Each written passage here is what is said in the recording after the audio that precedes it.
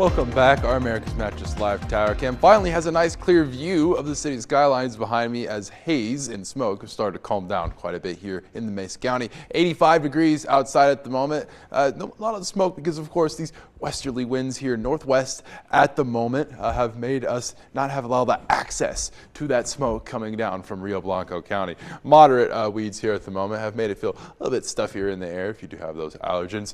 Smoke, you'll see, isn't too bad outside for these next day or two because of that increase in wind, and as such our air quality has only gotten to the lighter end of that moderate and really only down towards Delta and Montrose counties and further south. Air quality watches are now only in the northwestern and southwestern corners of the state down towards the Four Corners region, so we've improved a lot. What we'd like to see more improvement in is actually the rainfall, though. We've only seen 100 of an inch so far here in Grand Junction. As of August 13th, it was the 13th the driest start to the month so far in our history that we've recorded at the airport back since 1900. Our drought monitor shows that we really have reached kind of an apex of terms of this dryness. We've actually hit this exceptional drought category in this darker red. You can see right here behind me towards the center portions, kind of towards the northeast of Mesa County.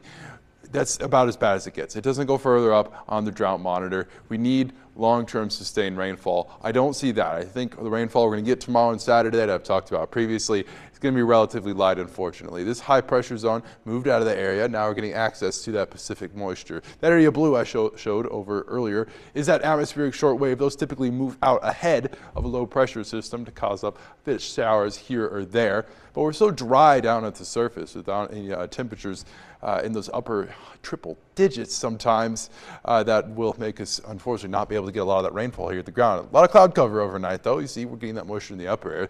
And then Friday at 3 p.m. you'll see a lot of those stronger showers are going to be contained, of course, over towards our west in Utah, but even towards Delta and Montrose. Model here is trying to get up a stronger shower here or two in the yellow. So thunder and lightning are definitely on the table as long as strong outflow gusts. Those are typically around 40 to 50 miles per hour.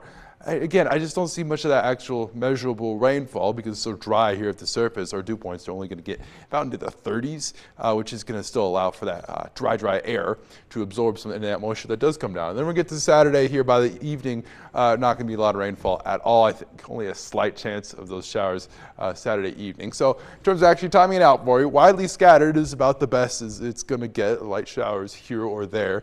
A little bit less of a chance overnight Friday, but Saturday it'll stick around too.